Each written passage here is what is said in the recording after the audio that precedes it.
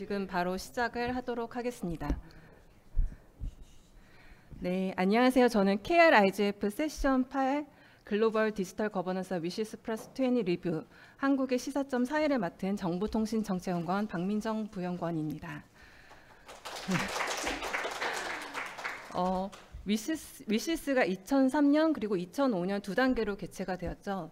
그 처음 개최되었던 2003년을 돌이켜 생각해 보면 뭐 제 나이가 이제 나오기도 하지만 당시 이제 당연히 스마트폰은 없었고 저희가 피처폰이라고 부르는 투지폰을 사용했고 혹시나 잘못 누르면 네이트폰에 연결될까 봐 되게 인터넷을 불안하게 생각했었고 그다음에 싸이월드 온라인 커뮤니티에서 도토리를 주고받고 그랬던 감성적인 그런 시기가 생각이 납니다. 당시 ADSL이라는 초고색 인터넷으로 불렀던 그 인터넷 시대였지만 지금보다 수십 배는 느린 속도였고 또 당시 한국의 인터넷 이용률은 60에서 70%였다고 합니다. 하지만 그 당시 세계 인터넷 이용률은 10% 정도였다고 합니다. 바로 그 해에 유엔에서 정보사회를 주제로 위시스를 통해 처음으로 디지털 격차, 인터넷 접근권, 그리고 멀티 스테이크홀더리즘, 다중이해 관계자 모델 같은 개념을 공식적으로 다루기 시작했습니다. 20년이 지난 지금 굉장히 많이 변했죠. 지금 우리는 인공지능, 초연결 네트워크 그리고 대규모 데이터를 기반으로 한 데이터 집약적 사회에서 살고 있습니다. 그래서 저희 집에 초3 아이가 있는데 보면은 벌써 챗GPT로 친구들이랑 그림을 만들어서 주고받고 그 이탈리안 브레인 맛이라는 거 혹시 보셨나요? 그거를 모르면 초등학교 아이들끼리는 대화가 안 된다는 정도로 인공지능을 굉장히 친밀하게 가지고 노는 그런 이제 세대가 되었더라고요. 그리고 제가 지난주에 그 제네바에서 출장을 돌아오는데 비행기 안에서 심지어 CCTV로 아이를 감시할 수 있었습니다. 그래서 실시간 채팅도 굉장히 원활히 됐었고 이렇게 동영상 서비스까지 할 수 있는 그런 시대를 살면서 정말 시대가 빠르게 변하고 있구나를 다시 한번 느낄 수 있는 그런 경험이었습니다. 근데 여전히 전 세계 인구의 약 3분의 1은 아직도 인터넷에 접근을 하지 못하고 있다고 합니다. 이러한 상황 속에서 올해 2025년 12월에 뉴욕의 유엔 본부에서 위시스 20주년을 맞이해서 위시스 플러스 20 고위급 회의를 개최할 예정입니다. 이 회의는 위시스 이행 성과를 점검하고 향후 디지털 사회가 어떻게 나아가야 될지 국제사회와 함께 설계하는 중요한 계기가 될 것이라고 생각을 합니다. 그래서 저희 근본 세션은 이러한 위시스 플러스 20 고위급 회의를 준비하는 논의의 일환으로 지난 20년간의 위시스 체계의 기여와 한계를 점검하고 그리고 작년에도 개최되었던 미래 정상회의를 통해 채택된 글로벌 디지털 컴팩트가 있죠. 그거와의 연계성도 한번 같이 살펴보면서 이 전환기 속에서 우리나라는 어떤 전략과 메시지를 가지고 이 글로벌 논의에 참여를 해야 할지 다양한 이해관계자 분들과 함께 고민하기 위해서 이 자리가 마련되었습니다. 네, 좀 서두가 길었는데요. 먼저 오늘 이 논의의 배경을 정리해 주실 발제자분을 소개하겠습니다. 정보통신정책연구원의 전선민 부연구위원님은 디지털 국제협력연구실에서 유엔의 ICT 전문기구인 국제전기통신연합 ITU를 중심으로 국제기구의 의제 대응을 담당하고 계십니다. 그리고 ITU에 위시스와 SDG 이사회 작업반이 있는데 이 작업반에서 아태 지역을 대표해서 부의장으로 활발히 활동을 하고 계십니다. 오늘 발표를 통해 위시스의 개요, 진행 과정 그리고 최근 발표된 GDC의 내용까지 포함해서 그리고 가장 또 최근에 발표된 위시스 플러스 20를 위한 유엔 차원의 엘리먼트 페이퍼의 핵심 논점을 정리해 주실 예정입니다. 그리고 참고로 지금 다른 분들도 많이 IGF에 갔다 오신 걸로 알고 있는데 우리 전선민 부연구위원도 지난주에 노르웨이에서 개최된 25년 IGF에 참석하고 막 귀국하신 상황이라서 현장에서의 논의 분위기를 포함해서 최신 동향까지 아주 따끈따끈하게 잘 전해주실 수 있을 것 같습니다. 네, 전선민 부연구위원님 발표 부탁드립니다. 네, 안녕하세요. 저 퀴스티 전선민 부연구원입니다. 네, 지금 앞에서 간략하게 위시스도 얘기를 해주시고 소개를 잘 해주셔서 바로 발표로 들어가도록 하겠습니다. 네. 지금 말씀해주신 것처럼 이 세계 정보사의 정상이 위시스라는 걸 들어보신 분들이 많으실 텐데요. 특히나 이 IGF에 오신 분들이라면 이 IGF 자체가 사실 위시스에서 이제 개최되기로 결정이 되었던 사항입니다. 위시스가 조금 전에 간략하게 말씀해 주셨는데 유엔에 ICT 전문 기구가 있습니다. 국제전기통신연합 ITU라고 하는데요. 이 ITU가 4년마다 최고 의결 기구인 그 정권회의를 개최하는데 이 1998년 정권회의에서 글로벌 사회에서 그 ICT, 그때 당시 IT의 담론에 대해서 논의할 필요가 있다라는 그런 필요성이 제기가 돼서 이 사항을 ITU 사무총장이 유엔 총회로 가지고 가서 유엔 총회에서 이 위시스를 개최하기로 결정을 한 바가 있습니다. 그래서 첫 번째 회의는 2003년에 개최가 됐고 두 번째 회의는 2005년 이렇게 각각 스위스와 티니지에서 2단계로 걸쳐서 개최가 됐습니다. 그리고 이때 당시에 들어보신 분들도 계시지만 뭐 이게 끝나고 나서 태어나신 분들도 계실 텐데 2000년에 MDG라고 그 전 세계 빈곤을 우리가 퇴치하자라는 그런 의미로 새천년 개발 목표를 채택을 했습니다. 그래서 이 MDG가 2015년 까지 이어졌는데 이 MDG 이행에 ICT가 기여를 많이 해야 된다라는 그런 논의도 이 위시스 세계정보사회 정상회의에서 이루어졌습니다. 그래서 이 위시스 자체는 사람 중심적이고 포용적이고 발전지향적인 정보사회 구축을 위한 글로벌 사회의 약속인데요.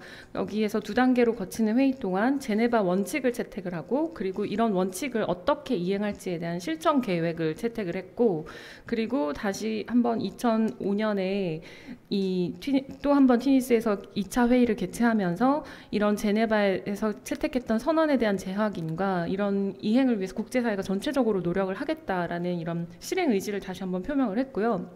그리고 이런 여러 가지 활동 방향들을 이행하기 위해서는 어떤 식의 재원 조달이 이루어져야 될지 그리고 가장 중요하게 지금 꼽고 있는 그런 다중이해 관계자 협력 모델을 우리가 어떻게 이행해 나갈지에 대한 논의들이 이루어졌었습니다. 그래서 도대체 그럼 위시스에서 채택했다는 그 11가지의 그 액션 라인, 그 활동 방향, 실천 계획이 도대체 뭐냐라고 얘기를 하시면 일단 첫 번째는 이 개발을 위한 ICT 촉진에서 정부와 이해 당사자의 역할이라는 건데 이건 ICT를 통해서 이런 전반적인 국제사회 발전 촉진을 위해서 정부, 민간, 시민사회, 국제기구 그리고 여기서 또 하나 위시스에서 중요하게 꼽히는 게 이 기술계도 이 다중이해 관계자에 포함을 시켰습니다. 그 ICT 기술을 담당하고 있는 이런 기술계가 여기에 포함이 됐다. 시민사회에 이 부분에 있어서 굉장히 큰 성과라고 생각을 하고 있고 이런 이해관계자들의 역할을 강화를 통해서 이 다자간 협력을 통해서 그런 국가들의 ICT 전략을 수립을 하고 그리고 정보사회 구축을 통해서 그런 포용적 거버넌스를 만들자라는 게 이 C1 첫 번째 액션 라인입니다. 그리고 두 번째는 보편적이고 저렴한 통신 인프라 구축을 위해서 연결성을 확대하자라는 목표를 가지고 특히나 개도국 그리고 농촌 지역 이렇게 연결성에서 소외된 지역들에 일단 이 인프라 기반 시설 확보를 추진을 하자라는 게 이 두 번째 목표이고요. 그리고 이 세 번째는 모든 사람이 다 정보와 지식에 자유롭고 평등하게 접근할 수 있도록 해야 한다라는 이 목표를 가지고 오픈 액세스 정책이나 뭐 이런 공공정보 접근 확대를 위한 지식 공유 생태계를 만들어야 한다라는 액션 라인입니다. 그리고 네 번째가 ICT가 이제 접근성을 갖추게 되면 어떻게 활용하는지가 굉장히 중요한데요. 이런 부분에 있어서 뭐 이전 세션에서도 논의가 진행이 됐었지만 이런 디지털 포용을 실현하기 위해서는 ICT 활용 능력을 강화해야 된다라는 목표로 다양한 디지털 리터러시 교육이나 이런 뭐 평생학습 플랫폼 같은 이런 인적 자원 역량 제고에 중점을 두는 목표가 이 C4입니다. 그리고 다섯 번째가 ICT를 사용하기 위해서는 우리가 신뢰할 수 있고 보안이 확보된 그런 인터넷 환경을 보장해야 된다라고 해서 이 C5 아래에서 사이버 보안이나 이런 개인정보 보호 그리고 뭐 온라인 뭐 페이크 정보 현재는 그때는 그 페이크 정보는 아니었지만 그런 개인정보 보호 같은 법 제도 기술적인 프레임워크 마련을 해야 된다라는 부분이 논의가 진행이 되었었고요.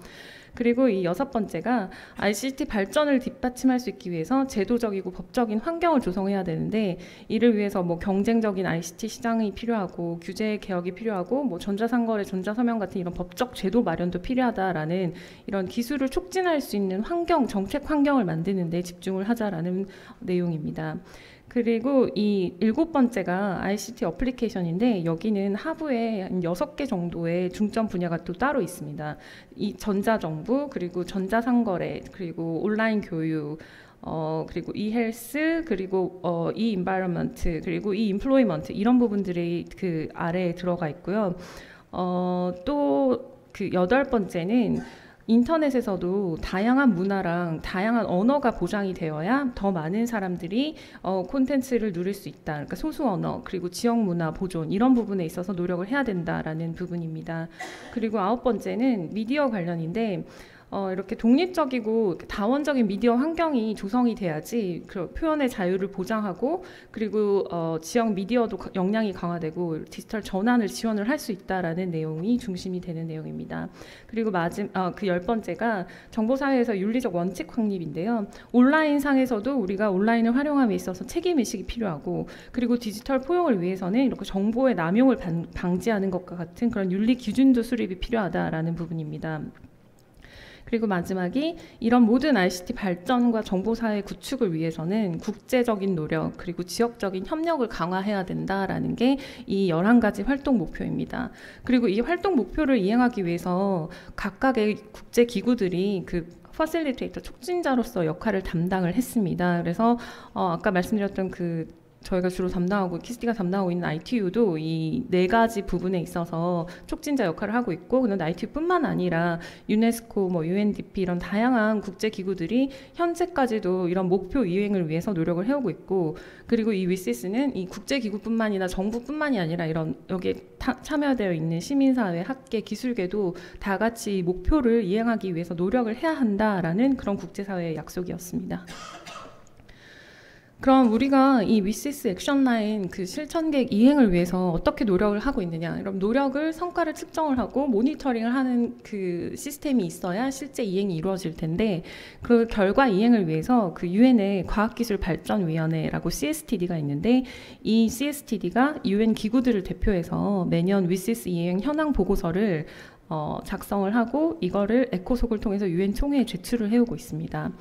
그리고 또 이런 결과 측정에 있어서, 모니터링에 있어서 중요한 게 통계인데, 이 ICT 개발 측정 파트너십이라는 그룹이 있습니다. 여기에는 국제기구도 있고 전문가들도 포함이 되어 있는데, 이 측정 파트너십을 통해서 ICT 관련 지표를 매년 개발을 하고 있고, 이거를 ITU가 또 관련 뭐 IDI나 이런 지수를 발표를 하고 있습니다. 이런 통계를 통해서 이 위시스 이행 현황을 모니터링을 하고 있고요. 그리고 정보사회에 관한 유엔 기구 간 그룹은 UNGIS는 2006년에 설립이 됐는데, 아까 보여드렸듯이 이 위시스 액션 라인을 이행을 위해서 다양한 국제기구가 촉진자로서 역할을 하고 있는데, 이런 유엔 기구 간에도 서로 중복적인 업무나 이런 부분들을 잘 좀 논의를 통해서 협력을 진행을 하기 위해 만든 유엔 기구 간의 그룹입니다. 그리고 매년 그 유엔 기구들이 돌아가면서 의장을 맡고 있고, 매년 회의를 통해서 그 성과를 측정을 해오고 있습니다. 그리고 이 위시스를 아까 통해서 만들었다고 했던 이 IGF는 2006년에 설립이 되었는데요. 2005년에 위시스에서 결정을 하고 유엔 사무총장이 2006년에 설립을 해서 지금까지 매년 개최가 되어 오고 있습니다. 특히나 이 IGF는 이렇게 다양한 이해관계자가 참여해서 다양한 이슈를 논의할 수 있는 장으로서 중요한 역할을 계속 해오고 있고요. 그리고 또 하나 이 위시스에서 만들어진 포럼이 위시스 포럼이 있습니다. 위시스 포럼은 2009년부터 계속 매년 개최가 되어 오고 있는데요. 이 위시스 포럼은 인터넷 이슈만 얘기하는 게 아니라 그 아까 보여드렸던 그 11개 액션 라인별 이행 현황을 다양한 이해관계자들이 참여해서 발표하고 서로의 성과를 공유하고, 이런 베스트 프랙티스나 모범 사례가 있으면 같이 적용하면서 서로 시너지를 높이기 위해서 매년 개최하고 있는 포럼입니다. 네, 그래서 이 위시스 포럼하고 IGF가 그럼 비슷한 포럼인데 도대체 어떤 역할의 차이가 있냐라는 부분에 있어서 제가 이렇게 조금 표로 정리를 해드렸고요. 그 가장 큰 차이점은 아까 말씀드렸다시피 초점이 IGF는 인터넷 가버넌스 관련 주요 이슈를 논의하지만 위시스 포럼은 그 액션 라인 11개 이행 점검과 그리고 우리가 어떤 도전 과제가 ICT 발전을 위해서 현재 어떤 도전 과제가 있는지에 대해서 그런 부분에 대한 정보 공유 이런 부분이 중심적으로 이루어지고 있고요. 그리고 네, 참여 범위는 뭐 시민사회, 뭐 기술계 여러 가지 시민사회들이 참여하는 부분에서는 동일한 부분입니다. 네, 이 위시스가 2005년부터 시행이 돼서 지금 20년째지만 그 중간에 한번 리뷰 과정이 또 있었습니다. 위시스가 10년이 됐을 때 2015년에 그 리뷰 과정이 있었는데 이때는 사실 이 리뷰가 두 가지 단계로 걸쳐서 진행이 됐었습니다. ITU가 주도하는 위시스 플러스 10 검토 과정이 2013년에서 2014년까지 있었고 UN 총회가 주도하는 과정이 2015년에 있었습니다. 이거는 근데 백그라운드가 지금 제가 그 부의장을 맡고 있다는 위시스 SDG 이사회 작업반이 ITU 산하에 있는데 당시에 이 위시스 이사회 작업반의 의장이 러시아였습니다. 그리고 러시아가 처음에는 2015년에 이 정보사회 정상회의를 자기네가 3차 회의를 다시 한번 개최를 하겠다. 그런 좀 원대한 목표를 가지고 그럼 우리가 그걸 개최를 할 테니 ITU가 주도해서 비전과 액션 라인을 새로 채택하자라는 그런 리더십을 가지고 이 논의를 진행을 했고 실제로 거의 한 6, 7차례 준비 회의를 거치고 그리고 2014년에 위시스 포럼에서 이 새로운 비전과 액션 라인 채택을 시도를 했는데 이때 너무 많은 이슈들에서 합의를 보지 못해서 결국에는 그 액션 라인은 오픈하지 않고 그대로 유지를 하고 성명서만 채택을 했는데 이때 가장 논의가 되었던 부분이 그 사이버 보안 관련해서 이런 글로벌 사이버 협정이 필요하다. 그런 개도국들이 참여할 수 있는 그런 글로벌 사이버 보안 협정이 필요하다라는 그런 개도국 측 주장이랑 이런 부분은 ITU나 이런 국제기구에서 논의할 것이 아니고 다른 포라에서 논의해야 된다 이런 선진국의 입장차가 전혀 좁혀지지 않았고 그리고 인포메이션 소사이어티라기보다는 이제 날리지 소사이어티로 가서 날리지 트랜스퍼 테크놀로지 트랜스퍼가 이루어져야 된다라는 부분에 있어서 개도국과 선진국과 입장차가 좁혀지지 않았습니다. 그리고 또 마지막으로 미디어 관련 부분에서 있어도 언론인의 안전 보장이나 인권이나 표현의 자유 보장 이런 부분들이 당시 뭐 이란이나 러시아, 중국들의 굉장히 반대가 많아서 결국 합의가 되지 못했고 마지막에 또 사이버 크라임이라는 그런 각국의 그 법적 제도가 연관되는 그 부분을 국제기구에서 논의한다라는 거에 있어서 또 합의가 이루어지지 않아서 결국에는 이 위시스 하이레벨 2014년 위시스 ITU 주도의 그 검토 과정에 성명서만 채택을 했었습니다. 그런데 이 성명서를 채택하고 난 이후에도 사실 논쟁이 굉장히 많아서 이걸 우리의 공식 문서로 보지 말자. 그 공식 문서로 보지 말고 2015년 실제로 10년이 되는 그때 UN 총회가 주도해서 위시스 플러스 10 검토 과정을 다시 하자라는 이런 논의가 이 2014년 ITU 주도 검토 과정 이후에 이루어져서 결국에는 2015년 12월에 UN 총회에서 위시스 플러스 고위급 회의가 다시 이루어졌고 이때는 기존에 채택되어 있던 위시스 비전이나 액션 라인을 오픈하지 않고 향후에 우리가 이 위시스를 어떻게 이행해 나갈지에 대한 그런 UN 총회 결의만 채택을 하는 그런 결과가 이루어졌었습니다. 네. 그래서 이때 과정을 거울 삼아서 당시에 선진국들은 이제 위시스 플러스 20 리뷰 과정에서는 ITU가 별도의 논의를 진행하지 말고 우리가 공동으로 UN 차원에서 20주년 과정을 준비하자라는 걸 한 목소리로 내서 지금은 UN 차원에서만 진행이 되고 있습니다. 그래서 2014년, 2015년에 어떤 차이점이 있는지를 조금 정리를 했는데요. 2014년에 이루어진 10주년 리뷰는 ITU 중심의 제네바 쪽이었고 그리고 2015년은 UN 총회 중심의 뉴욕입니다. 그런데 이 제네바와 뉴욕이 가지는 또 정치적 백그라운드가 조금 차이가 있는데 ITU는 기술기구고 그리고 그 제네바 쪽에는 CSTD 유엔의 그 과학기술위원회도 있고 이러다 보니 이쪽은 기술계 커뮤니티의 목소리가 조금 더 많이 들어갑니다. 그런 반면에 유엔 총회 뉴욕 중심의 논의가 진행이 될 경우에는 이쪽은 거의 다 외교 담당 그리고 거기 나와 있는 뉴욕 대표부의 외교관들 위주의 중심의 논의다 보니 이 둘 사이의 목소리에 하나의 주제에 대해서도 목소리가 좀 간극이 큽니다. 그래서 이런 부분들이 조금 그런 결과 문서에도 결국에는 좀 반영이 됐다라는 부분이 있습니다. 네.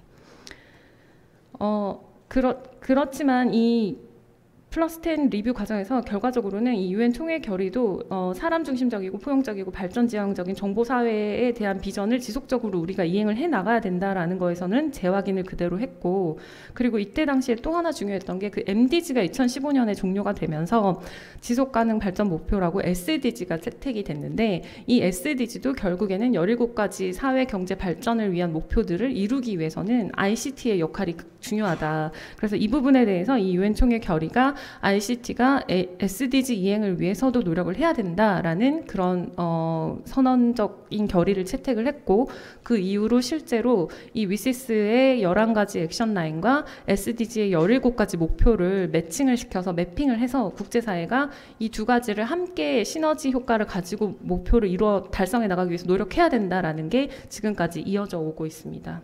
그래서 아마 위시스를 얘기할 때 이 SDG도 계속 같이 들어보셨을 텐데요.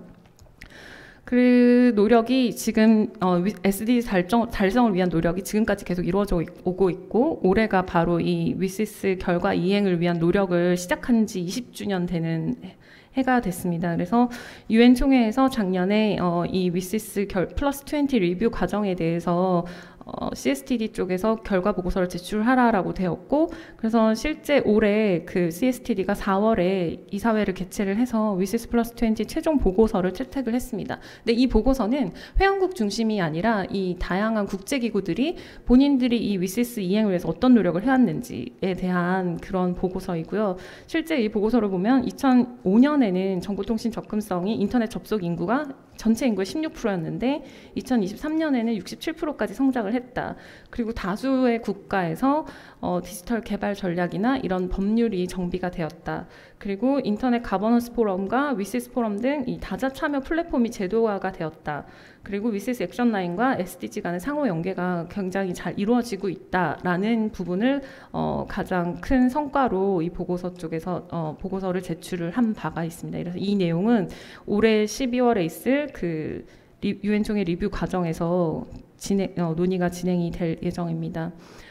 네, 지금 제가 간략하게 한 줄씩으로 써드렸는데, 이 주요 성과 플러스 향후 방향성에 있어서 이제 우리가 인터넷 가버넌스뿐만이 아니라 그러니까 디지털 거버넌스로 확대해서 이 모델을 논의를 해야 된다.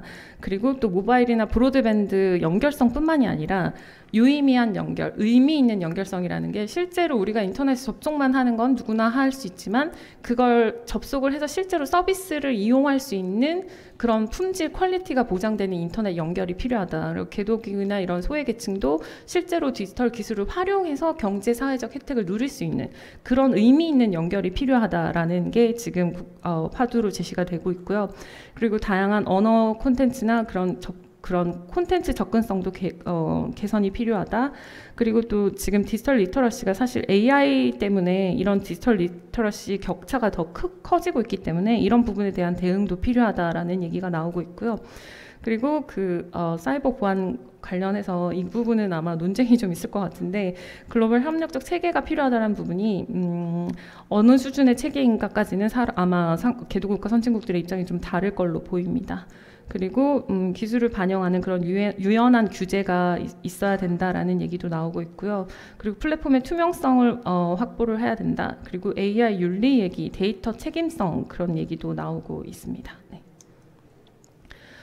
그래서 지금 유엔에서 가는 리뷰 과정이 올해 12월 16일에서 17일까지 위시스 플러스 20 고위급 회의가 개최가 될 예정입니다. 그래서 이 회의를 어떻게 준비할지에 대해서 올해 3월에 이 준비 과정에 유엔에서 합의를 했는데, 이 프로세스는, 이 위시스 플러스 20 유엔 중심의 프로세스는 정부 간 프로세스입니다. 그래서 이 이 프로세스를 주도할 2명의 공동 조정관을 임명을 했고요. 케냐랑 알바니아의 뉴욕 대표부 대사가 임명이 됐습니다. 그래서 이게 정부 간의 협상이지만 다양한 시민사회들이 이해 당사자들의 참여가 보장이 돼야 된다라는 목소리를 그 전부터 많이 냈기 때문에 총회 의장이 회원국 플러스 옵저버 국가 그리고 또 이해 당사자 관련 대표들도 고위급 회의의 발언자로 초청을 하겠다라고는 했지만 아직 초청자가 결정을 되진 않았고요. 이거는 아마 추후에 논의가 진행이 될 걸로 보입니다. 그래서 이 검토 범위는 동일하게 위시스 비전이나 액션 라인을 오픈하진 않습니다. 하지만 이때까지 20년간의 성과 이행에 대해서 진행 상황을 점검하고 그리고 ICT 격차랑 우리가 어떤 부분에서 계속 집중을 해야 될지 그런 더 많은 노력이 필요한 부분을 찾아내고 그 디지털 격차 해소를 위해서 발전을 위한 ICT 활용을 위해서 어떤 노력을 해야 될지에 대한 얘기가 중심이 될 예정입니다. 그래서 이 리뷰 과정이 지금 5월 30일에 1차 회의가 한 번 있었습니다. 그리고 6월 9일하고 10일 아까 말씀드린 그 공동 조정자 2분이 다자 이해관계자의 목소리를 듣는 컨설테이션을 진행을 했었는데 제가 본 바로는 한국 시민사회나 기관들이 제시한 의견은 없었고요. 그리고 이 6월 20일에 공동 조정자들이 그동안 진행한 컨설테이션을 바탕으로 해서 엘리먼트 페이퍼를 제출을 했습니다. 그리고 이 엘리먼트 페이퍼에 대해서 다양한 이해관계자의 리뷰를 받을 예정인데 이게 7월 15일까지입니다. 그래서 저는 오늘 세션에서의 여러분의 이야기를 들으면 이거를 KRICF 명의로 여기에 저희의 피드백으로 제출을 하려고 하는 게 제 목표고요. 물론 이 부분은 키가랑 더 얘기는 진행을 해봐야겠지만 가능하면 한국 시민사회 보이스로 우리가 KRICF의 목소리로 제출을 하고자 합니다. 네. 그리고 그 이후의 과정은 또 컨설테이션이 있을 예정이지만 지금 유네스코에서는 이미 6월에 진행이 됐고 IGF에서는 지난주에 진행이 됐고 그리고 이 IGF에도 이 공동 조정자 2분이 오셔서 실제로 그 플로어의 목소리를 많이 들으셨고 조금 고무적인 거는 제가 엘리먼트 페이퍼의 내용을 좀 얘기를 하겠지만 그쪽이 아까 말씀드렸듯이 제네바랑 뉴욕의 목소리가 조금 다르다고 돼 있는데 지금 엘리먼트 페이퍼에는 뉴욕의 목소리가 조금 더 담겨 있습니다. 그런 기술계의 목소리나 이런 부분보다는 그런 정치적인 목소리가 많이 담겨 있는데 그 공동 조정자분들이 지난주에 IGF에 와 보시고 그런 플로어의 목소리를 듣고 조금 좀 시각을 달리 하신 부분들이 좀 있는 걸로 확인이 돼서 그건 긍정적인 부분이라고 생각을 하고 우리도 이 엘리먼트 페이퍼를 보고 조금 더 한국에 또 목소리를 내야 된다라는 부분이 있으면 오늘 의견을 개진을 해주시면 좋을 것 같습니다. 그리고 이게 말씀드린 대로 정부 간 주도의 협상이다 보니 8월에 제로 드래프트가 나오면 이제 이 논의는 뉴욕의 그 UN 본부에서 정부 대표단들이 모여서 논의가 진행이 될 예정입니다. 그리고 최종 목표는 11월에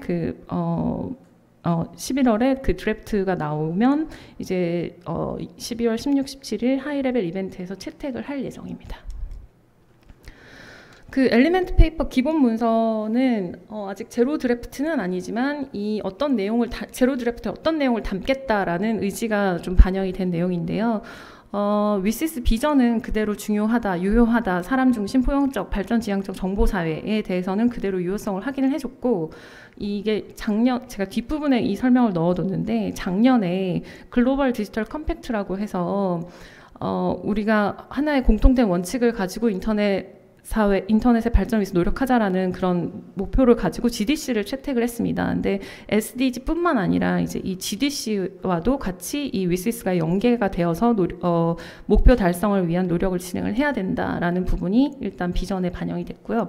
그리고 다자 협력이 중요하고 그리고 개발도상국 참여 보장이 중요하다라는 부분이 서론에 나와 있습니다. 그리고 그 아래는 한 11개 정도의 주제에 대해서 이 엘리먼트 페이퍼가 발표가 됐는데요. 그 ICT for Development는 이게 사실 코로나 기간을 거치면서 디지털이 핵심 요소로 작용을 했지만 여전히 이런 격차가 존재한다라는 부분이고 그래서 우리가 아직까지도 이 ICT 쪽에 대한 포용적 투자가 필요하다라는 내용이 들어가 있습니다. 그리고 디지털 경제가 굉장히 빠르게 확장되고 있지만 여전히 개도국은 인프라부터 시작해서 기술 격차, 금융 격차로 인해서 불균등한 혜택을 받고 있다라는 얘기가 나와 있고요. 그리고 ICT가 보건, 교육, 문화, 뭐 재난 대응 등에 기여는 하고 있지만 여전히 개인정보 보호가 불안한 부분이라든가 디지털 ID 같은 경우에 그런 기술력의 차이에 따라서 여러 가지 접근성의 양면성은 존재를 하고 있다라는 내용도 들어가 있고요.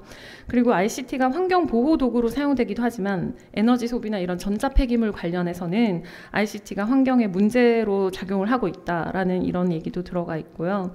그리고 지역 간, 계층 간 디지털 격차가 여전히 존재한다. 그리고 아까 말씀드렸듯이 단순한 연결이 아니라 유의미한 연결, 의미 있는 연결을 위한 노력이 필요하다라는 내용이 들어가 있습니다. 그리고 또 포용적 디지털 전환을 위해서는 이런 각국의 법제도 정비가 핵심이다. 이런 부분에서 국제사회가 노력이 필요하다라는 부분도 들어가 있고, 그리고 개인정보 보호 플러스 소비자 권리, 그리고 스펙트럼 관리에 있어서 통합적인 접근이 필요하다. 이런 내용도 들어가 있습니다. 그리고 또 재정 메커니즘이 계속 얘기가 되고 있는데 민간 중심의 투자 확대가 필요하지만 여전히 개도국은 디지털 인프라에 대한 관련 자금이 부족하기 때문에 이 부분에 있어서 노력이 필요하다라는 얘기가 들어가 있고요. 인권 관련 내용도 그리고 양성평등 이런 내용들도 들어가 있습니다. 그리고 사이버 보안 관련해서 지금 UN 차원의 사이버 행동 규범 협약이 필요하다라는 얘기가 들어가 있는데 이 부분은 아까 말씀드렸듯이 이제 각국의 입장 차이가 있는 부분이라서 아마 협상 과정에서 좀 논쟁이 있을 것으로 우려가 되는 부분입니다. 그리고 사이버 위협이나 사이버 범죄 증가로 인해서 이런 온라인상에서 신뢰 구축을 위한 노력이 더 필요하다. 그리고 사이버 보안 강화를 위한 이런 이슈 논의가 필요하다라는 얘기들도 들어가 있고, 다행인 건 이 IGF에 대해서 이 IGF의 역할을 인정을 하면서 IGF는 지속되어야 된다라고 했고, 그리고 개도국 참여 확대가 필요하다라고 했는데 또 여기서 지금 인핸스드 코퍼레이션 문제가 나오고 있습니다.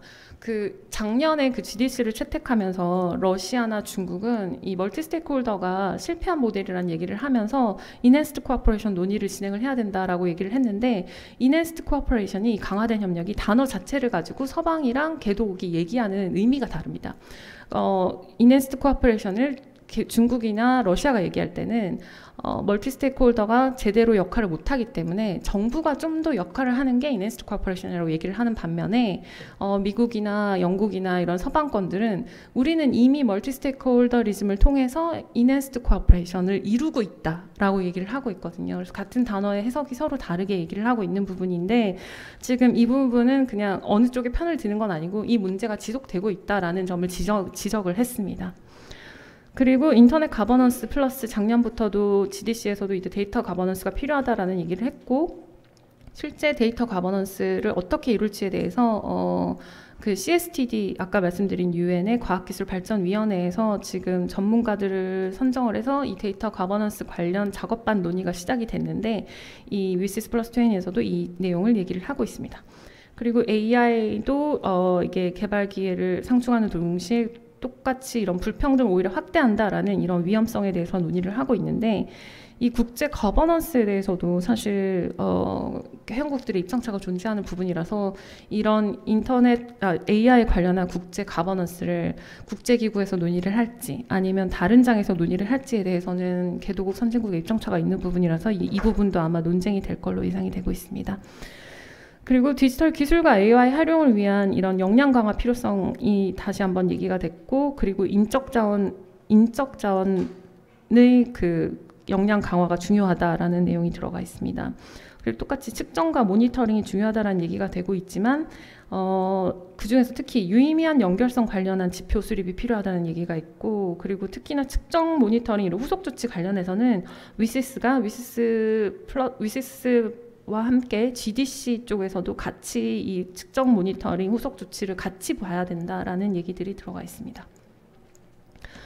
네, 이 위시스 플러스 리뷰 과정에서 이 엘리멘트 페이퍼가 나오기 전부터도 이 위시스 2003년, 2005년 결과 문서가 현재의 디지털 환경을 충분히 반영하지 못했다라는 얘기들이 나왔고, 그래서 이 위시스가 디지털 가버넌스를 위해서 어떤 역할을 할 수 있냐라는 게 지금 우리가 던지는 화두인데, 이 부분에 대해서 저희가 그 비전이나 액션 라인은 건드리지 않기로 했기 때문에 유엔 결의에 추가가 필요한 이런 AI라던가 데이터 가버넌스 이런 부분들이 반영이 될 걸로 보입니다. 그리고 다중이해관계자의 가버넌스 실행 및 제가 조금 전에 말씀드렸는데 이 부분에 대해서도 그 국가들 간의 입장차가 존재하는 부분이고 디지털 불평등은 이게 격차가 아직도 남아 있다. 뭐 인구의 3분의 1이 아직 온라인에 연결되지 못한 부분도 있지만 유의미한 연결성을 위한 노력도 추가로 필요하다라는 부분이고 IGF를 우리가 얘기할 때도 계속 재정 건전성 얘기가 나오는데 이 위시스도 그렇고 GDC도 그렇고 이러한 국제사회의 선언적인 약속을 이행하기 위해서는 재정적인 지원이 필요하기 때문에 이런 메커니즘을 우리가 어떻게 조달해 나갈 것인가에 대해서도 계속 고민이 필요한 부분입니다. 그리고 인터넷 가버넌스 포럼 상설화는 지금 그 방향으로 가고 있는데 그 내용을 항상 얘기할 때 예산 문제 그리고 IGF가 결과가 이게 플러스 10에서 한번 지적이 됐었는데 IGF는 별도의 뭐 선언문이나 결과문서 채택이 이루어지는 건 아니다 보니 유의미한 결과물을 생산을 해야 오히려 이 포럼에 의미를 더 강화할 수 있다 이런 얘기들이 계속 나왔었습니다. 그래서 그렇기 때문에 이런 구체적이고 영향력 있는 산출물에 도출하자라는 얘기는 지금도 지속이 되고 있고 그리고 IGF를 뭐 디지털 가버넌스로 리브랜딩하자 이런 얘기도 나오고 있습니다. 네, 그리고 이거는 2030년 이후에 어떨지 아까 제가 잠깐 말씀드렸던 이 GDC인데 이게 GDC도 GDC 얘기만 하려면 제가 지금 얘기한 만큼의 분량을 얘기를 해야 되는 부분이라서 그냥 간략하게만 말씀을 드리면 이게 2024년 작년에 미래 정상회의를 개최를 했고 유엔이 이 미래 정상회의에서 팩트 포 퓨처라는 미래를 위한 협약을 채택을 했습니다. 그런데 그거의 협약의 부속서의 하나로 글로벌 디지털 컴팩트라는 이 GDC를 채택을 했고 이 GDC는 그 포용성, 인권, 지속가능 발전을 중심으로 이런 디지털 협력을 지속하자라는 내용입니다. 그래서 여기도 굉장히 다양한 목표들과 우리가 이런 목표를 이행하기 위해서 어떤 원칙을 가지고 노력을 하겠다라는 이행 계획들이 다 들어가 있는데 지금 국제사회 공감대가 형성되고 있는 부분이 위시스랑 GDC를 함께 이행 노력을 진행을 해야 된다라는 얘기가 지속해서 나오고 있습니다. 그래서 실제로 국제기구 차원에서 지금 위시스 SDG는 기존에 매핑이 이루어졌기 때문에 1차적으로 위시스 SDG GDC의 매핑도 1단계는 진행이 됐고 이 부분에 대해서 회원국의 추가 검토가 진행이 될 예정입니다. 네, 제가 뭐 다양한 얘기를 드렸는데 일단 제가 말씀드렸던 것처럼 저는 일단 저희가 KRIGF라는 이름으로 이 리뷰 과정에 대한 의견을 제출할 수 있었으면 좋기 때문에 하는 게 목표이기 때문에 다양한 의견들을 제시해주시면 좋을 것 같습니다. 네, 감사합니다.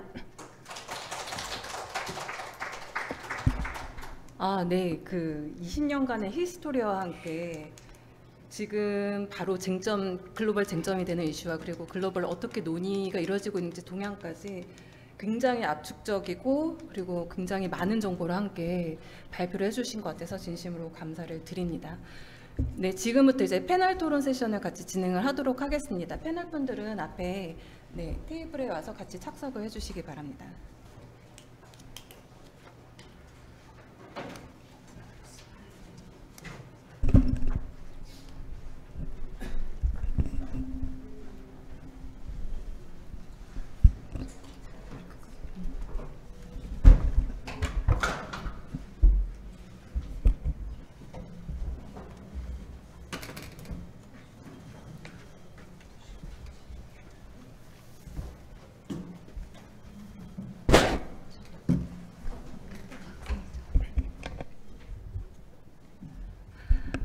네. 이어서 다양한 분야에서 활동 중이신 5분 패널분들과 함께 패널 토론을 이어가도록 하겠습니다. 시작하기 전에 간단히 한 분씩 제가 소개를 드리겠습니다.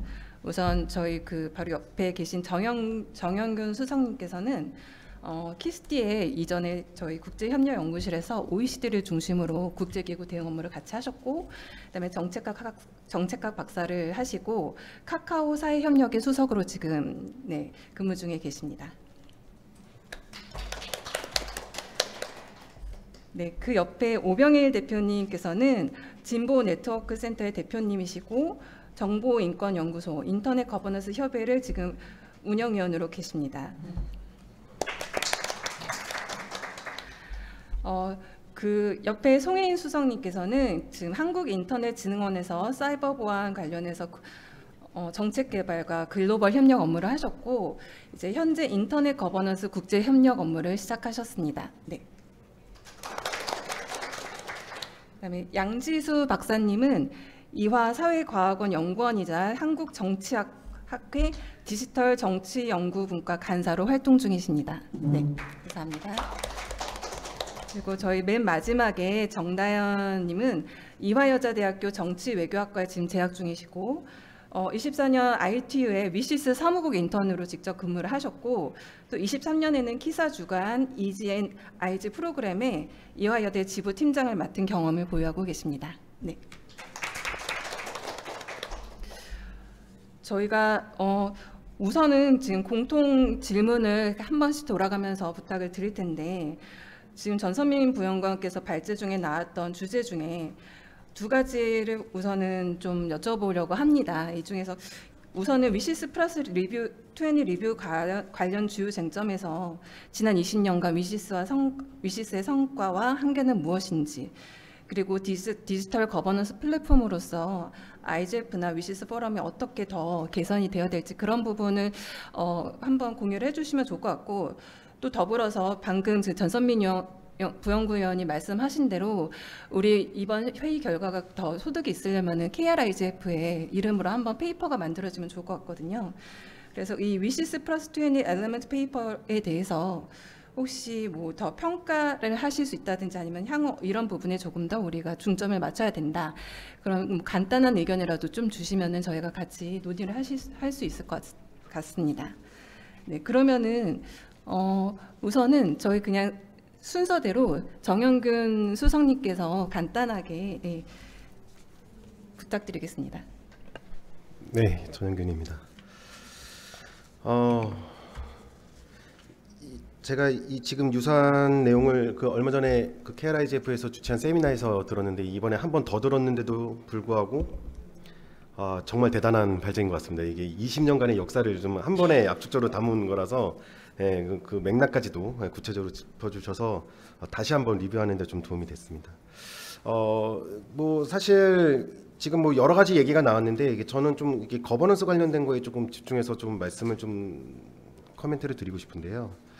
이게 지금 발제에서 언급된 이제 IGF 리브랜딩 이슈도 있습니다. 이게 리브랜딩 같은 경우, 근데 이미 지금 엘리먼트 페이퍼를 보니까 기본적으로 인터넷 거버넌스에서 디지털 거버넌스를 이미 넘어가 있는 상태인 것 같습니다. 이제 물론 이 디지털 거버넌스에 대한 그런 정치적인 이유는 있을 수 있겠지만 사실상 이제 그 디지털 거버넌스 포럼으로 이제 넘어가는 상황이 아닌가. 그래서 이건 어떻게 뭐 필연적인 좀 진화의 수순이라고 볼 수 있고요. 이거를 기반으로 이제 위시스와 이제 IGF가 이 디지털 거버넌스의 주요 플랫폼으로서 지속될 수 있는 기반을 마련하는 것을 전제로 하고 이제 좀 지켜봐야 되지 않을까 좀 생각을 하고요. 이 다중이해 관계자 모델 관련해서는 사실 이 지금 AI도 그렇고 이런 지금 세계 주요 이슈들이 미국과 중국 중심으로 돌아오고 있는데 한국은 좀 약간 끼인 세대거든요. 이게 기술이 떨어지는 것도 아니고 선도하는 것도 아니고 이런 상황에서 사실 이런 다중이해 관계자 모델에서 한국이 좀 이 중요한 전략적 기회를 좀 획득할 수 있지 않을까. 예를 들면 이 다중이해 관계자 모델 같은 경우는 미국과 중국이 본인들의 의견으로 정부의 그런 파워로 끌고 가는 게 아니라 결국 중재자가 필요하고 그거에 대해서 논의를 주도할 수 있는 논의 주도국이 필요한데 그 한국이 그런 측면에서는 오히려 이 이슈를 더 주도할 수 있지 않을까.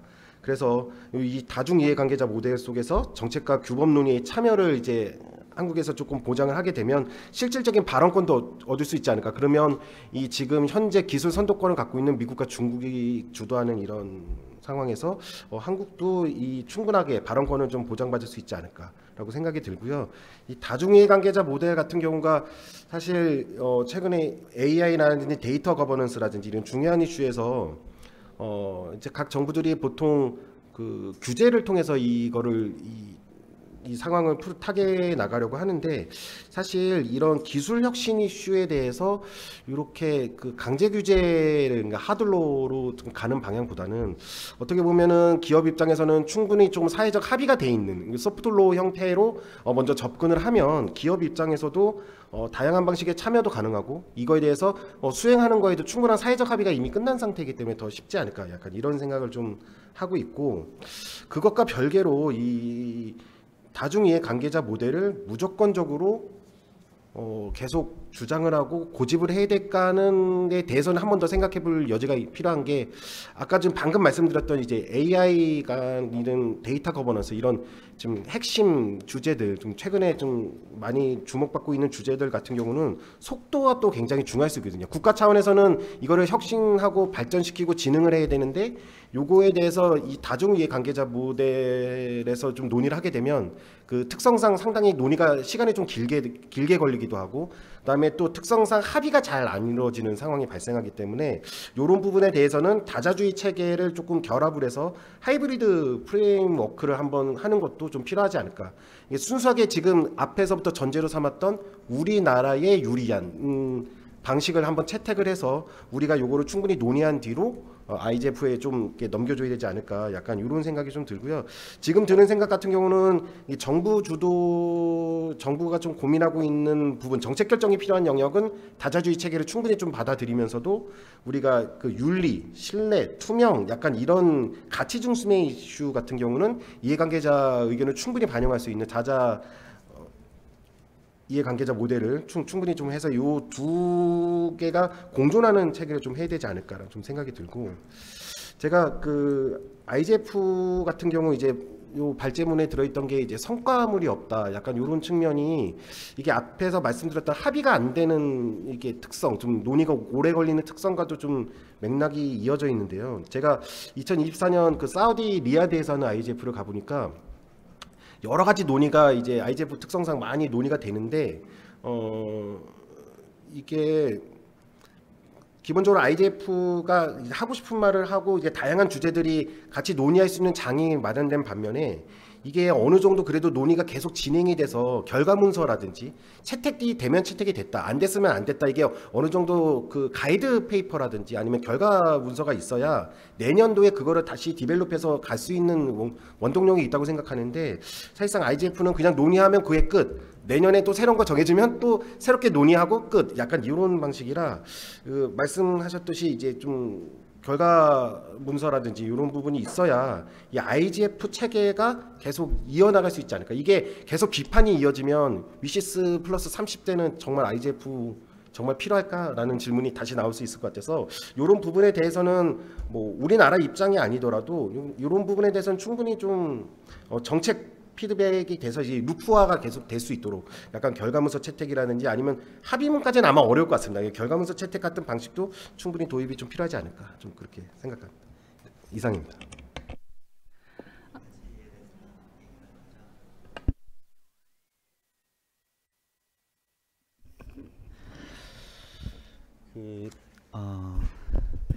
사실 그러니까 저는 뭐 이제 한국의 입장에서 얘기를 한다기보다는 이제 시민사회 입장에서 좀 얘기를 하고 싶은데 그리고 지난주에 이제 글로벌 IGF 회의가 있어서 사실 요 이슈에 대해서도 같이 시민사회 내에 토론이 있었습니다.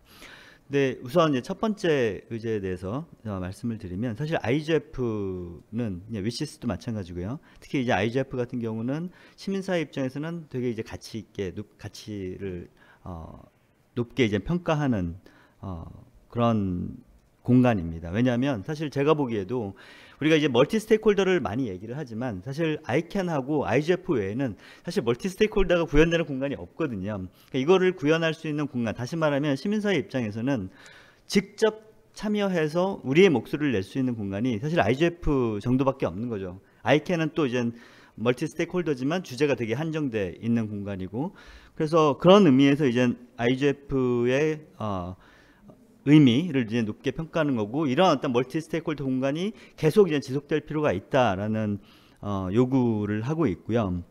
그리고 특히 이제 IGF 다른 이제 대부분의 의제들이 탑다운식으로 많이 이제 주어지는 반면에 IGF에서는 사실 바텀업으로 새로운 이슈들이라든가 덜 주목받는 이슈들을 이제 제기를 할 수가 있잖아요. 그래서 예를 들면 저희 이제 진보넷 같은 경우는 이제 APC라는 글로벌 네트워크에 이제 참여를 하고 있는데 여기서는 IGF 초창기부터 계속 이제 젠더 이슈, 그러니까 ICT 정책에 있어서 젠더 이슈를 제기를 해왔어요. 그러니까 이런 이슈는 누군가 끊임없이 제기하지 않으면 사실은 이제 고려되지 않을 수도 있는 그런 이슈인 거죠. 혹은 뭐 여러 가지 재난 상황에서 ICT의 어떤 문제라든가 이러니까 원래 이제 정해져 있는 의제가 아니라 이제 새롭게 우리가 주목을 해야 될 그런 의제들을 제기하는 공간으로서도 이런 IGF가 중요한데 물론 지금 말씀하신 것처럼 이게 뭐 예를 들면 어떤 특정 의제, 개인정보면 뭐 개인정보라든가 이런 특정 의제에 대해서 무슨 그 글로벌한 규범을 정하는 그런 건 아니기 때문에 어떻게 보면 이 결과물이 없을 수 있죠. 근데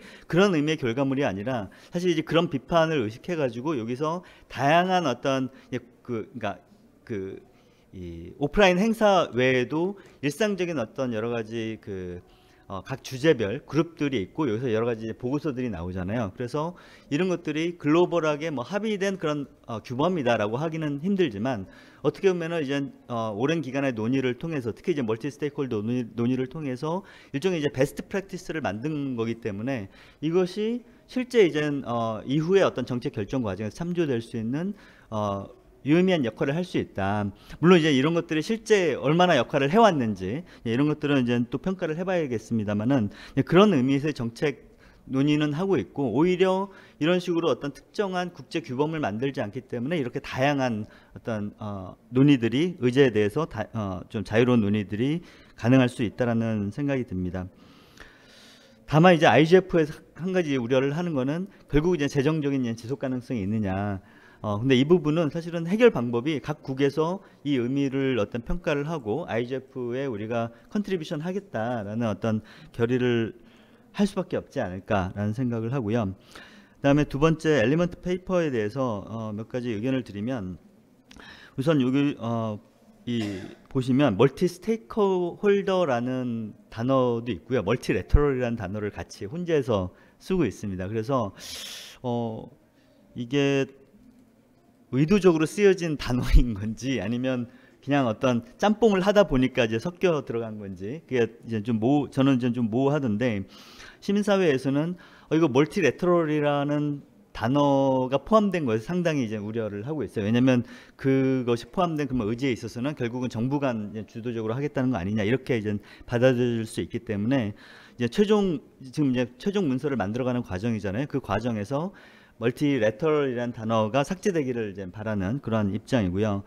또 하나는 인핸스드 코퍼레이션이 있는데 사실 이 개념이 지금 서로 다르게 이제 쓰이고 있다라고 말씀을 하셨는데 사실 이제 제가 이해하는 바로는 이게 이제 위시스 튜니스 어젠더에 들어간 게 이런 루트 서버, 그러니까 도메인 주소 자원에 대한 미국의 어떤 주도권을 견제하는 과정에서 결국 이제 합의가 되지 않고 이거를 추후에 계속 논의하기 위한 하나의 이제 용어로서 들어간 것으로 알고 있거든요. 그러니까 협력을 강화한다라는 일반적인 용어가 아니라 다른 정부가 미국뿐만이 아니라 다른 정부도 이 이슈에 대해서 동등하게 참여를 해야 된다라는 근거로서 이 개념이 들어갔기 때문에 결국은 인핸스드 코퍼레이션이 그래서 이제 2010년대 초반에 이제 한참 워킹그룹 만들어서 논의를 했는데 아무런 성과가 없었거든요. 근데 또다시 인핸스드 코퍼레이션 단어를 여기서 쓰는 것이 어떤 맥락으로 쓰이는 거냐 이런 부분에 대해서 좀 상당히 우려를 하고 있습니다.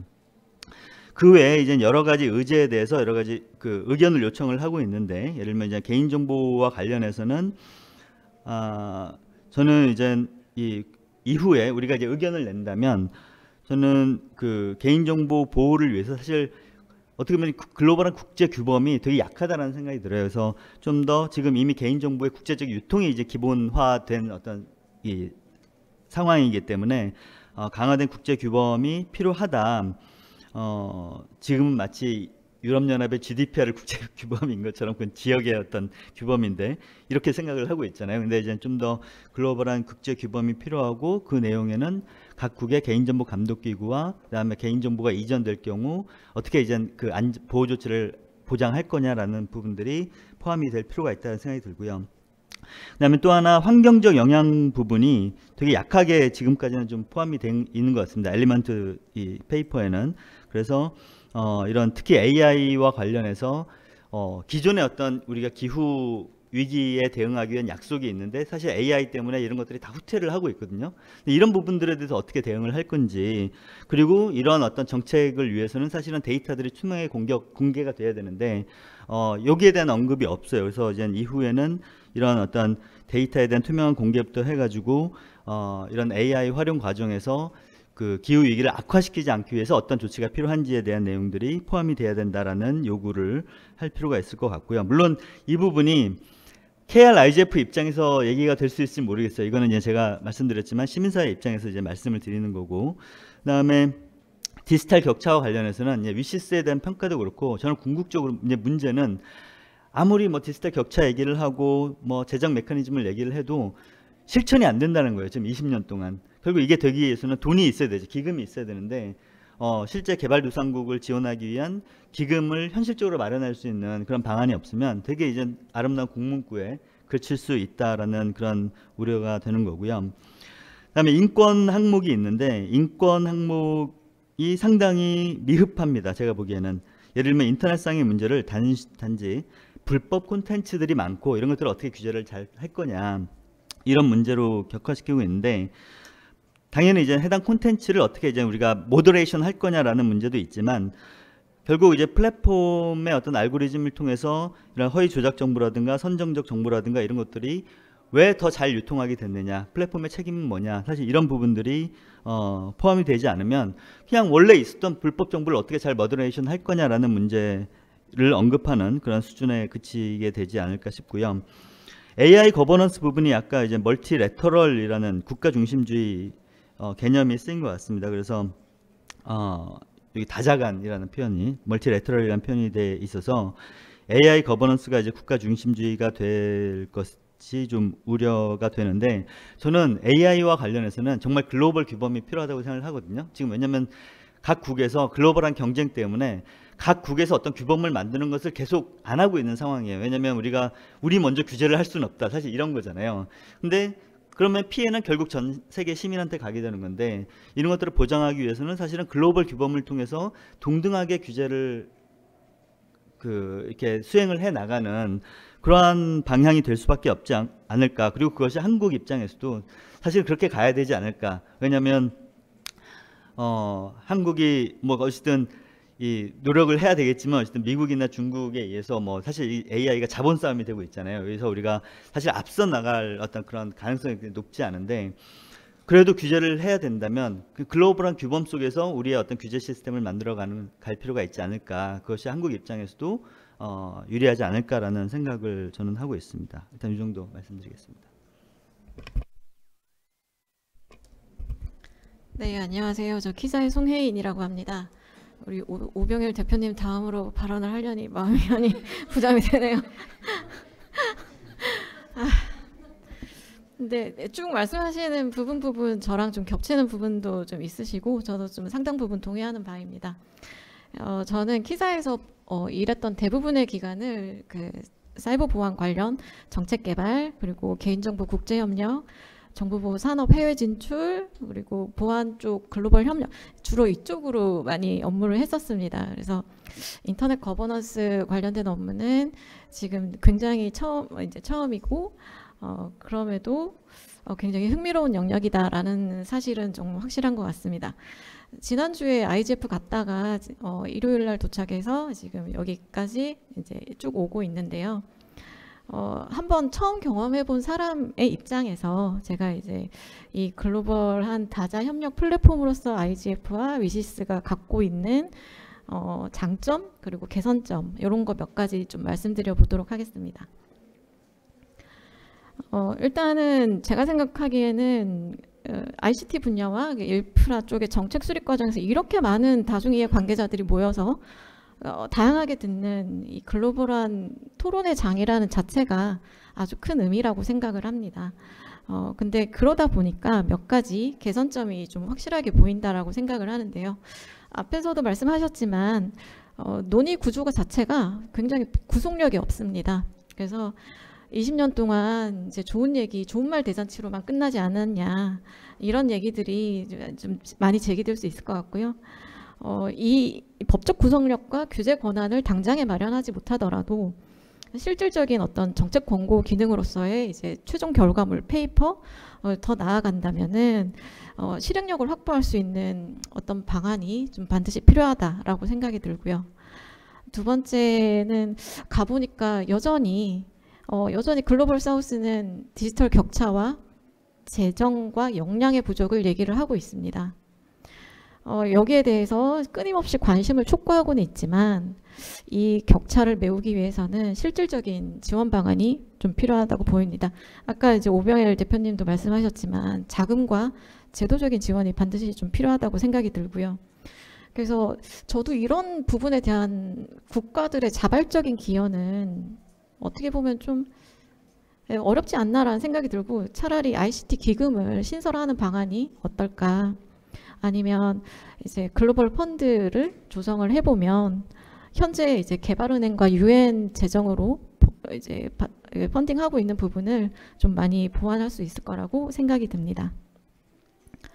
그리고 또 하나는 전략적으로 우리나라도 이 ODA 전략의 일환으로 이 글로벌 사우스에 대해서 조금 적극적으로 좀 기여해야 되는 방향을 좀 검토해야 된다고 생각을 합니다.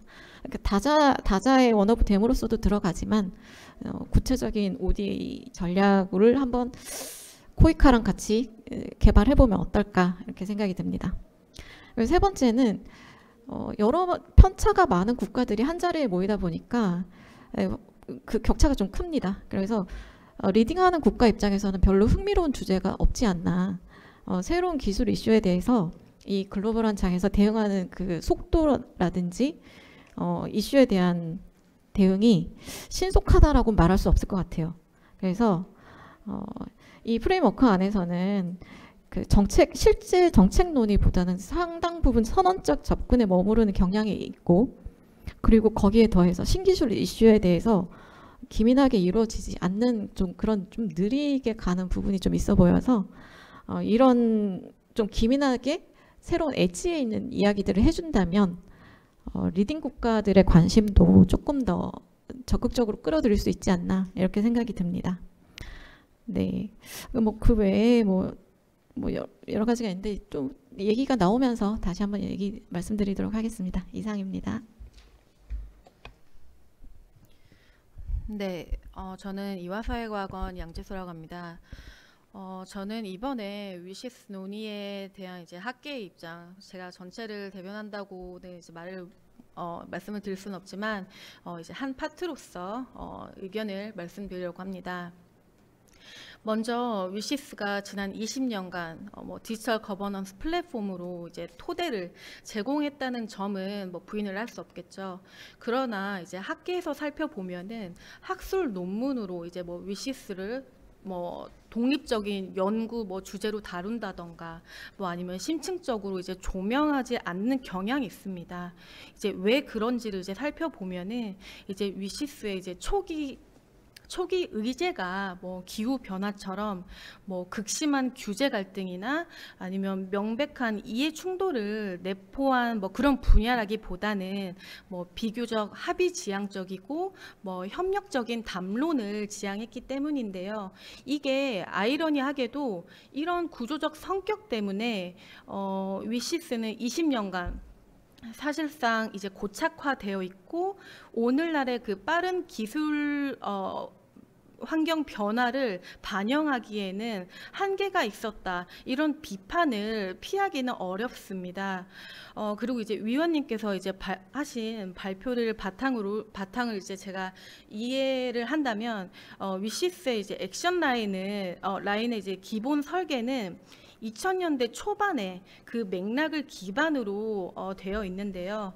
그 당시에는 AI 규제, 경쟁, 데이터 국경 문제, 디지털 공공재, 공공재 정의, 이런 쟁점 같은 경우는 사실상 의제에 포함되지 않았죠.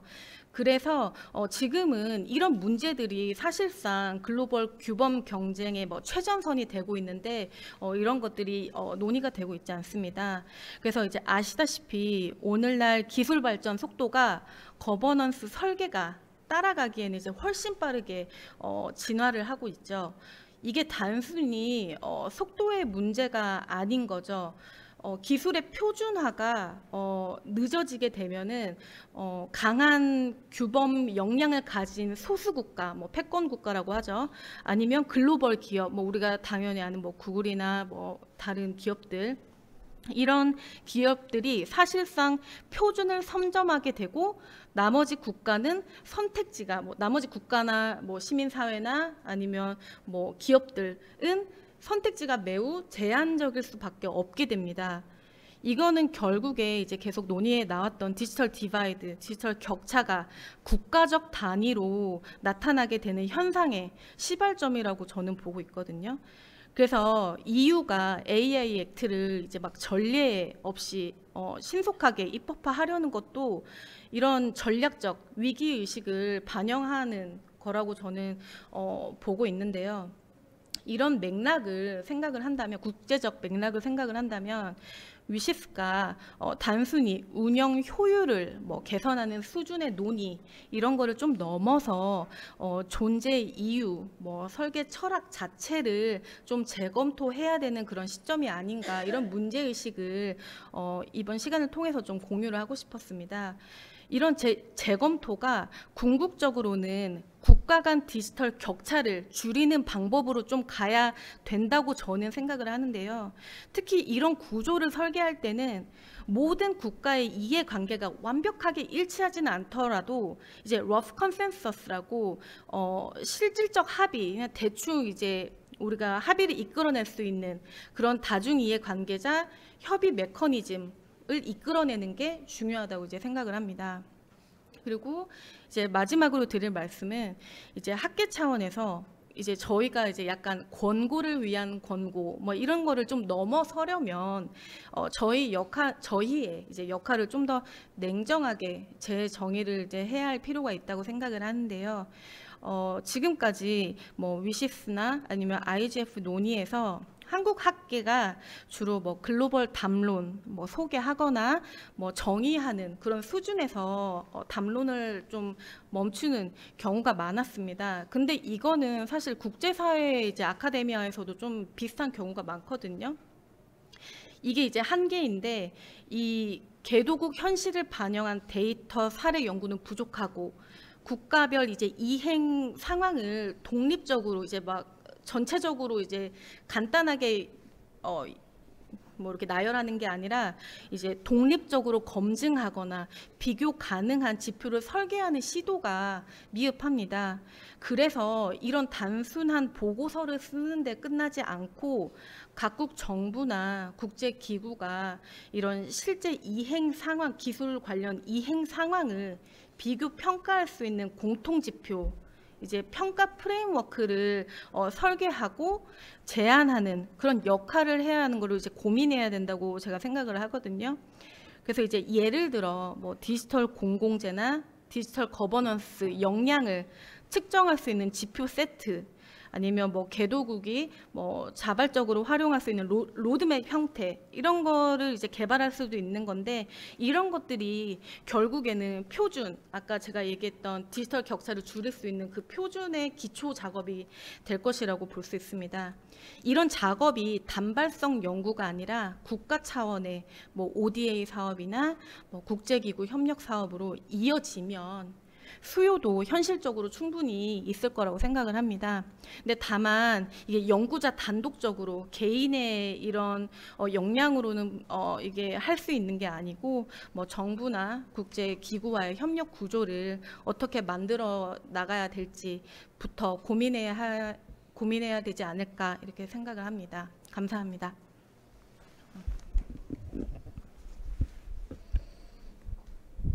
네, 안녕하세요. 이화여자대학교 정치외교학과에 재학 중인 정다현이라고 합니다. 네, 앞선 분들께서 이제 전문적인 지식을 좀 많이 나눠주신 것 같아서 저는 이제 청년의 입장과 좀 엔드 유저의 입장을 좀 대변하고자 좀 이 자리에 참석을 하게 되었는데요. 우선 저는 작년 상반기 때 이제 ITU 위시스 팀에서 같이 위시스를 기획하고 준비하는데 인턴으로서 참여를 했었습니다. 근데 이제 인턴으로 제가 참여하면서 느꼈던 위시스의 장점과 한계에 대해서 좀 말씀을 드리고 싶은데요. 우선 저희 플로어에 계신 분들에게 먼저 저희 상사들이 저에게 맨날 하셨던 질문을 먼저 좀 드려보고 싶은데, 혹시 위시스가 그 어떤 단어의 약어인지, 그리고 스탁 테이킹이 무슨 프로세스인지 혹시 아시는 분 있을까요? 네. 네, 이게 굉장히 헷갈리기 쉬운데 저희도 맨날 지적당했던 부분이거든요. World Summit of가 아니라 World Summit on Internet Society라고 맨날 강조를 하셨어요. 이처럼 저희 인턴을 하는 친구들조차 이 위시스라는 용어에 대해서 되게 좀 어려움을 느끼고 이게 정확하게 뭔지 잘 모르는 상황이기도 했고, 저는 이제 위시스템에서 근무를 하면서 스톡 테이킹 프로세스라는 거에 참여를 하면서 보고서를 작성을 했었는데, 사실 시작하기 전까지 스톡 테이킹이 무슨 뜻인지 잘 몰랐었거든요. 근데 이게 사실 어떤 것이냐면 사례를 축적하는 건데요. 전 세계적인 어떤 행위자들이 자율적으로 ICT의 어떤 성공 사례들을 이제 신청해서 공유를 하고 아카이빙을 하는 그런 프로세스입니다. 그래서 저는 그런 스톡 테이킹 되는 그런 사례들을 같이 공유를 하고, 또 그 스톡 테이킹 위시스를 보시면 거기서 프라이스를 선정하는 그런 과정이 있는데요. 그 스톡 테이킹 된 성공 사례들 중에서 우수한 사례들을 선정을 해서 또 상을 부여하는 그런 프로세스이다 보니까 어떤 스톡 테이킹 참여를 독려를 하기도 하고, 보니까 중동이나 남아메리카에서 엄청 많이 참여를 하는 것 같더라고요. 그래서 제가 위시스의 인턴으로 있으면서 이제 대한민국 사례와 관련해서 또 스톡 테이킹을 얼마나 많이 했었나에 대해서 제가 좀 연구를 진행을 해봤었는데, 사실 저희가 국가 차원에서는 2014년 이후로는 스톡 테이킹에 참여를 잘 하지 않았었어요. 그래서 오히려 중동이나 남아메리카 같은 곳들에서 국가적인 차원에서 공격적으로 스톡 테이킹 하는 것을 보면서 저희 나라도 조금 더 그런 거에 참여를 하면 되게 좋을 것 같은데, 어떤 브랜딩이나 홍보 효과 또는 타국의 아이디어를 공유하는 어떤 경로로서 되게 효과적일 것 같은데, 이거를 모르는 그 국가 또는 기업들이 잘 모른다는 것 같은 생각이 들면서 활용을 제대로 하지 못한다는 생각을 했습니다. 작년에 KT가 위시스 윤리차원 부문에서 사실 그 기업 최초로 수상을 했다고 알긴 하는데, 이런 노력들이 좀 더 점진적으로 국가 차원에서 좀 더 공격적으로 나아간다면 아까 전영균 님께서 말씀을 하셨던 것처럼 다중행위자 모델에서 저희 나라가 가지고 있는 위치를 조금 더 어떤 가치 중심적인 어떤 논의를 끌고 나갈 수 있는 어떤 국가로 자리매김을 할 수 있을 거라고 생각을 했습니다. 또한 그 위시스가 가지고 있는 굉장한 장점 중이 논의의 장, 그리고 어떤 어젠다를 설정할 수 있는 어떤 위치를 가지고 있다는 점인데요. 앞선 전문가분들이 말씀을 하셨던 것처럼 이 한계로는 이게 실질적으로 실행하는 것이 미흡하고 어떤 강제력을 가지고 있지 않기 때문에 이게 사실상 제대로 이루어지지 않는 그런 문제들이 있었던 것 같습니다. 하지만 그럼에도 불구하고 위시스가 가지고 있는 어떤 가치 또는 가치를 저희가 같이 이야기를 해서 그걸 끌고 갈 수 있는 어떤 중요한 역할을 하고 있기 때문에 계속해서 이어나가야 된다고 생각을 했고, 또한 제가 그 현장에 있으면서 좀 아쉽다고 생각을 했던 부분은 위시스 포럼이 AI for Good이라는 포럼이랑 동시에 진행이 되었거든요. 근데 최근 들어서 AI가 굉장히 많은 사람들의 관심을 받기 시작하면서 AI for Good이라는 어떤 직관적인 어떤 포럼에 더 많이 참여가 좀 이루어지고, 반면에 위시스는 좀 강세가 좀 떨어지는 것 같다는 생각을 했고, 또 AI for Good에는 저희 과기정통부가 이제 스폰서로 존재를 하는 반면에 위시스에서는 제가 기획을 하고 준비를 하고 있음에도 불구하고 한국 분들을 많이 찾기가 좀 어렵더라고요. 그래서 이제 이제 저희 나라 사람들, 국가 차원 또는 시민사회 쪽에서 위시스가 어떤 역할을 가지고 있는지에 대한 교육이나 어떤 역량 강화를 조금 더 고려를 해야겠다는 생각을 했고, 또한 제가 지금 아피가라고 아시아 태평양 인터넷 거버넌스 프로그램이라고 지금 아카데미를 하면서 아시아 태평양 지역의 어떤 청년들에게 인터넷 거버넌스가 어떤 역할을 하는지, 또한 또 그 기술적인 부분에서 뭐 어떤 부분들 알고 있어야 되는지에 대해서 가르치고 있는 그런 프로그램을 하고 있는데, 이처럼 국가 또는 키사 차원에서 이제 청년들을 가르치는 것도 굉장히 중요하지만, 그와 동시에 청년들이 알고 있는 거와 반대로 이제 국가 또는 기관들이 이제 청년들을 이해하고 있는지에 대한 그런 점검이 필요하다고 생각했습니다. 그래서 KRIGF에서 청년들이 계속해서 목소리를 내는 것도 굉장히 중요한 자리고 되게 좋다고 생각을 하고, 또 동시에 좀 더 자유롭게 오픈 마이크 형식으로 좀 당장 현실적으로 청년들이 좀 문제라고 생각하는 부분들을 자유롭게 나눌 수 있는 그런 자리가 마련되면 좋을 것 같다고 생각을 했습니다. 감사합니다. 네, 그 지금 말씀 주신 것들 중에서 제가 조금 보충 얘기 드릴 게 있어서, 그 인앤스드 코퍼레이션 관련해서 지금 오병 위원님 말씀해 주신 것처럼 2005년에는 그 주소자원 배분에서 미국뿐만 아니라 개독이 역할을 해야 된다라는 차원에서 그 얘기가 진행된 게 맞고, 그리고 CSTD에서 그런 작업반 논의가 진행이 됐었는데, 그 아이아나 2항이 되고 나서, 그리고 나서 지금 현재는 조금 더 아까 말씀드린 그런 시민사회 참여 이런 부분이 더 얘기가 되고 있는데, 그 부분은 저희도 좀 추가 확인을 해보겠습니다. 그리고 제가 20년을 축약하느라 위시스 포럼의 얘기를 못했는데 정다은 학생이 위시스 포럼 그 인턴 경험을 살려서 지금 중요한 얘기들을 해주셨는데, 네, 또 책임감을 많이 느끼네요. 제가 2014년 이후로 기업들 참여를 독려를 많이 안 했거든요. 스탑테이킹을 그런 저희가 더 역할을 해야 되는데, 이제 좀 더 홍보가 많이 돼서 이제 한국 기업들 그 카카오도 좀 사례 좀 앞선 세션을 발표했었던 것들도 많이 올리고 이렇게 활용이 많이 되면 좋겠습니다. 그리고 또 지적해줬던 문제 중에 하나, 그 AI 가버넌스, AI for Good이라는 그 포럼이랑은 이제 내년부터는 세퍼레이션 하기로 했습니다. 네. 네, 감사합니다. 사실 제가 두 번째 라운드까지 준비를 했는데 저희 80분이 길다고 생각했는데 굉장히 그 심도 깊은 내용도 많이 말씀을 해주시고 다양한 주제에서 말씀하셔서 시간이 좀 부족한 것 같습니다.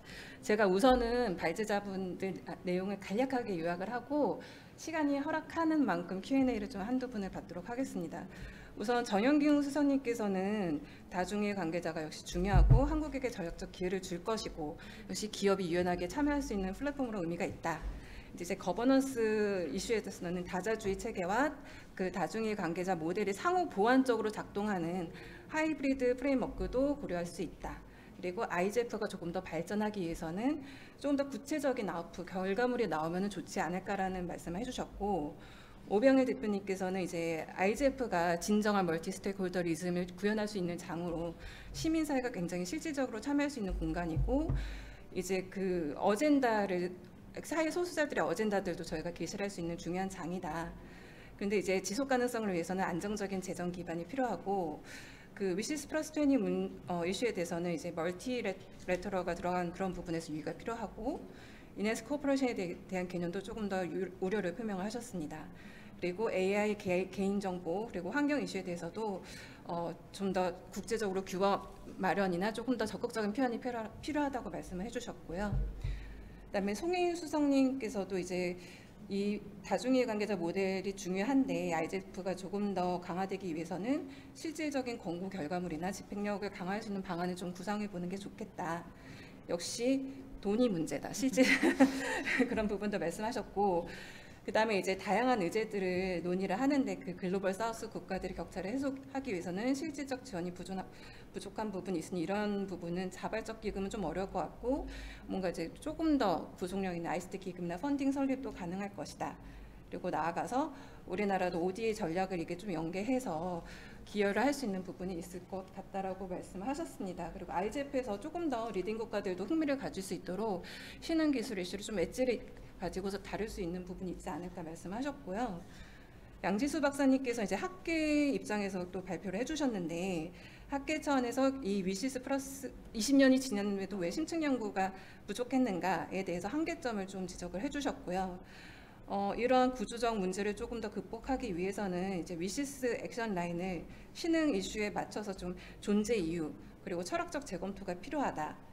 그리고 이거를 그리고 글로벌 디지털 격차를 줄일 수 있는 방향으로 나아가야 된다라고 말씀해 주셨고, 그리고 실질적 기여를 할 수 있는 학계의 역할에 대해서도 방향 제시를 해주셨습니다.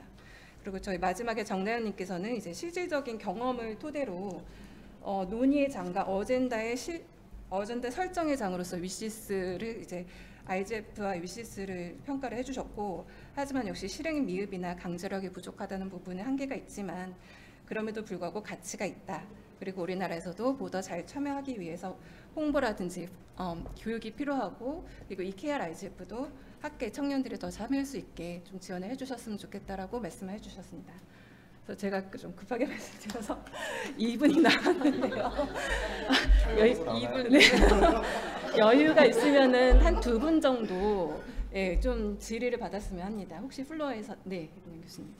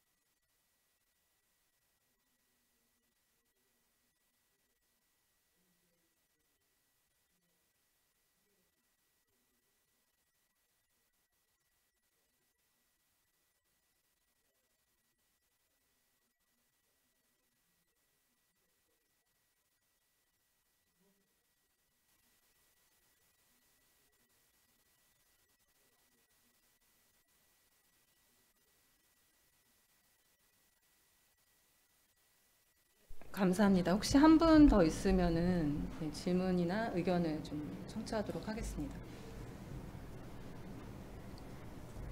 저희 이동만 교수님께서 마무리를 잘 해주셨습니다. 네, 오늘 그러면은 저희가 사실은 이 논의를 하기 위해서는 더 많은 장이 필요할 것 같은데 오늘 굉장히 좋은 계기가 되는 장이었다고 생각을 하고 정부 관계자가 못 온 건 좀 아쉽지만 그래도 오늘 굉장히 많은 이해관계자들이 참여를 해서 공유를 했다는 부분에서 저는 굉장히 좀 높은 평가를 주고 싶고요. 하지만 여전히 우리나라에서도 자체적으로 다양한 이해관계자들이 함께 모여서 논의하고 그리고 협력할 수 있는 부분은 더 내실화가 필요하고 가능하면 나아가서 우리나라 이해관계자들이 이제 글로벌 논의장에서도 꼭 이게 하나의 페이퍼가 아니더라도 각자 또 페이퍼를 낼 수 있기 때문에 조금 더 적극적으로 활동을 해주시면 더 좋지 않을까 그런 생각이 듭니다. 네. 우리 전성민 부위원님의 키가 미시스